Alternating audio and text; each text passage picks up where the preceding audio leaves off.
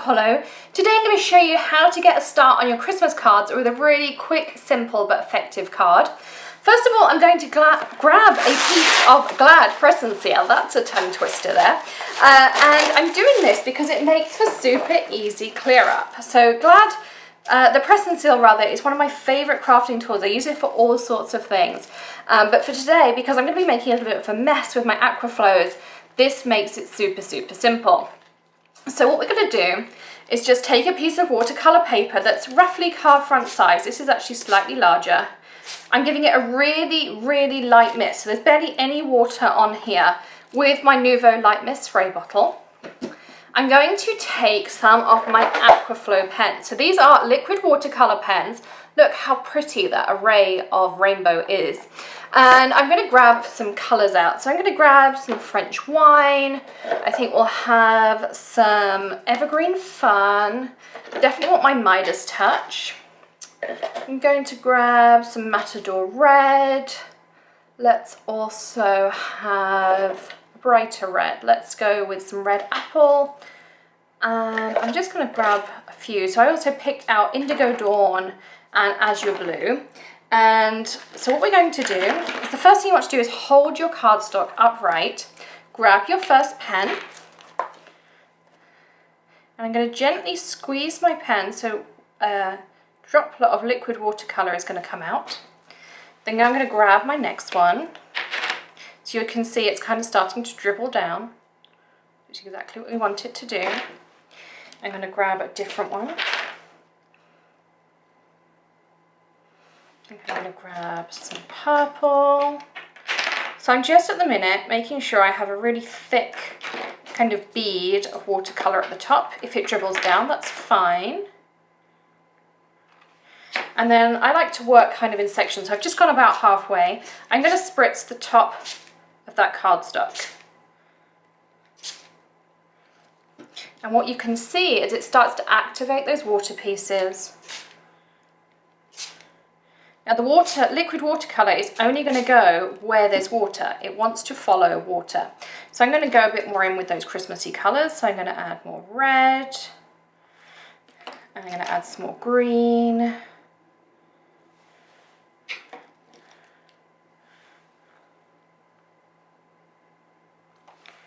And again, we can spritz. This is why I'm working on the Press and Seal, because I knew that my colour was going to go all the way down. So I want more green here, more green here. And this is just one of those things that you'll kind of keep just adding colours until you're happy with what you've got. I want those top colours to kind of really muddle together. And I'm going to choose another red. Looks like I've got the lid off both, so let's pick out this one here.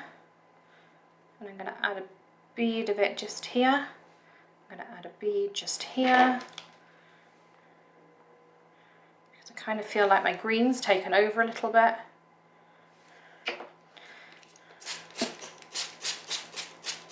And so you can just keep adding colour until you're happy with the result that you've got. Now, once you're happy, and once I've added this little bit of red down here, like that, I'm kind of happy with my results. So I'm now going to dry this off with my heat tool. And the great thing is, if I'm not happy with one of these areas, I can go back in and I can add more. So this one for me is a bit pinky. So I'm going to go in, I'm going to add some more of these reds.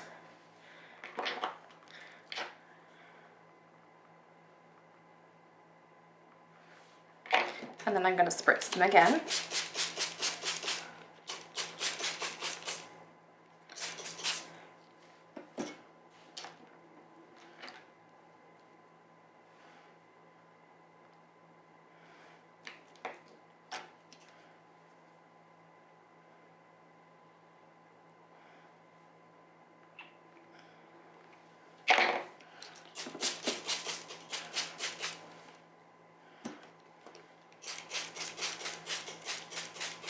And you can either leave the dribble effect on the bottom. Sometimes I get really pretty kind of drips going down and I love what I've got and I just leave it there. Sometimes like this, I don't particularly like it, so I take a little bit of water and I just spritz it so that I know that those areas are covered.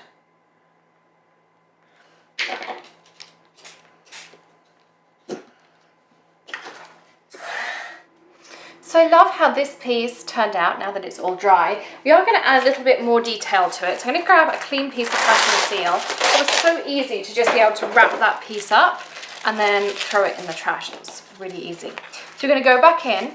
Now I'm going to spray it with some water again, really light mist, which you'll see does reactivate some of that colour, but that's okay. And now I'm going to take my Midas touch. So this is a gold aqua shimmer pen from Tonic. Giving it a nice shape, just to make sure all the glitter's everywhere. And then again, I'm going to do that same thing, and I'm going to just start by running it along the top.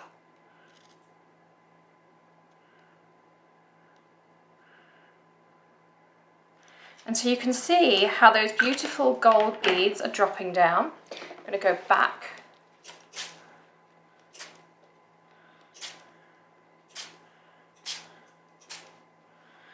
And because it's reactivating the colour at the same time, I'm also getting some really nice patinas in there. And I really like the drips on this one. So I'm going to wrap up my press and seal to a clean piece. I'm going to dry this off again. And then I'm going to show you how to mount it into a card. So I really love how this has come out. Look how pretty.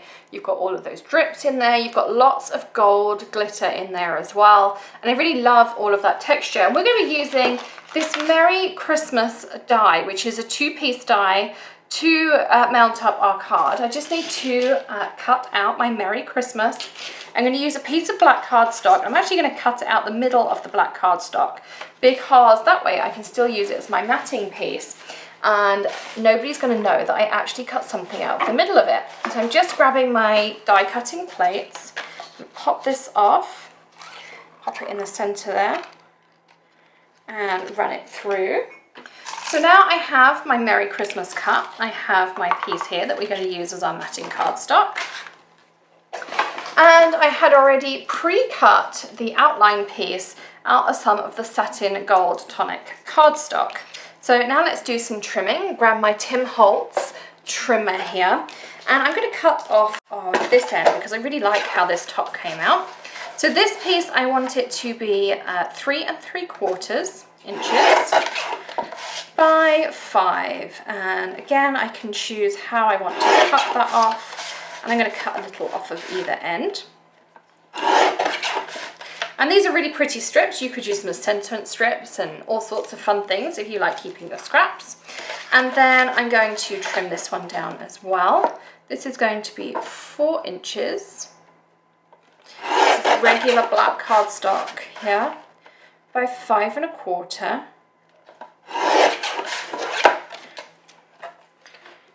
Move those out of the way as well. So there are absolutely no stamping in this card. Super quick and simple. Just create your background, and any of that leftover ink, what I always try to do is just dip some watercolor cardstock into my press and seal with that leftover ink. It depends if you've got a muddy combination. This could easily create mud, so I didn't get any great prints out of it this time, but you definitely, when you use fun things like blues and purples and things, you get some really fun colors. So you can use all of that leftover ink there as well. And bear in mind, a lot of it's water, so it's quite light ink too. I'm going to grab a piece of kitchen towel because that's just what I happen to have here. And I'm going to mat this up so it has a little bit of time to stick while we're creating our card. And I'm using my big chisel glue pen from Tonic. And I love using this, even on fine sentiments. All I do is run it over like this. I get no glue then on the reverse side, even though this does dry clear, so it wouldn't be an issue if I did. And even on the most delicate sentiments, just pop something underneath, scrap paper, kitchen towel, press and seal, any of those things. And then add this on the top. I then like to take my phone, because it happens to be a nice weight, and I pop that on there until I'm ready to go. So I'm going to get rid of this piece of press and seal because I don't want anything on my card base. And I'm going to grab myself one of my Neenah card bases. So now everything is dry and trimmed down, we can start assembly. I have my card base that I mentioned, just a piece of Neenah Solar White even, I don't know what's going on this morning, folded and then scored at 5 1/2. I'll take my piece of black cardstock and my funky tape runner, which is my favourite tape runner, and add some adhesive on. Open up my card base for matting so that it's nice and flat. That gives me a nice even matting. Like so.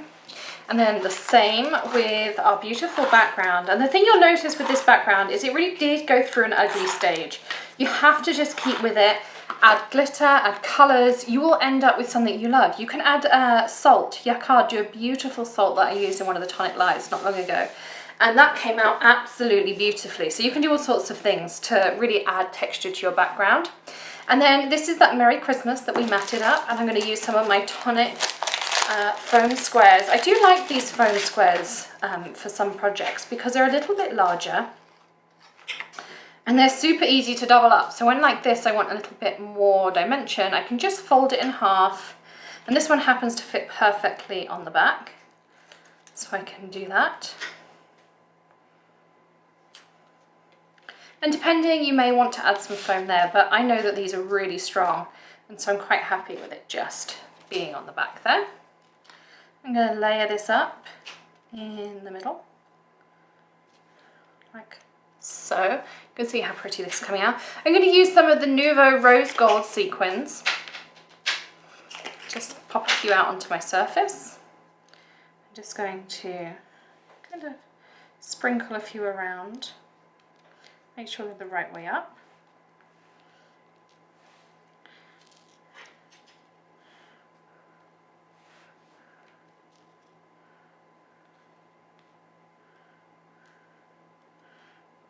So I'm going to add one down here. And so I'm just going to have those for a little bit of extra bling on there. Now to add them on, because I'm going to also be using some Nouveau drops, I'm going to use this glitter drop as my adhesive. And that works really, really well. Now you can stick these on however you prefer. Some people just like to use their fingers. Some people like to use tweezers. I use all sorts of different things. I do have a favourite pair of tweezers, which I'm just going to grab out my drawer.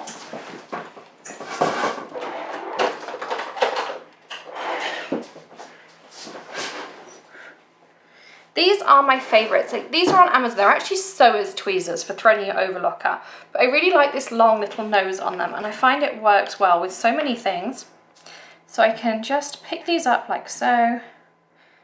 Add a dot of Nouveau drop on the back, stick it back down, and because they've got those points on them that I can control, I can then use it to push down like so. So you can see how easy these are going on. Now there's lots of different colours available in the Nouveau sequins. We also have some new ones as part of the Trends releases. So you really can use whatever colour scheme you want. You could also create birthday cards in this same way. You could create thank you cards. There are some great sentiments with this same shadow piece around as well. The sequins got stuck to me rather than the tweezers. And so again, lots and lots of different options depending what occasion you're creating for. Just because I've made a Christmas card does not mean you have to stick with that colour scheme. You could also do a Christmas card and do it in icy blues or whatever your theme for your tree is this year. I know there's lots of pastel trees and things coming out, which I really, really love. And this sort of cranberry colour that I used really is one of those pinks that I've seen lots of trees and things in, and considering redoing my tree in some different colours this year. So again, you can coordinate it to your Christmas. You could make table decorations. You could do all sorts of things. I'm also just going to add the occasional Nouveau drop on here. This is the Gold Coast glitter drops. So I'm not really going to put much on here. That one needs to be a little bit more round. There we go. And so one there is perfect. So that is my completed card. I hope you've enjoyed this technique using our Nuvo Aqua pens. Of course, all of your links are in the description below. Don't forget to join us weekly for our Tonic Lives on a Wednesday evening at 8 PM Eastern. I hope you have had a fantastic day and that you've enjoyed this video. Don't forget to give us a thumbs up if you enjoyed learning something new with your Nuvo products. And also don't forget to hit that subscribe button and stamp the bell so that you get notifications of future videos. Hope you all have a wonderful day. Happy stamping. Bye.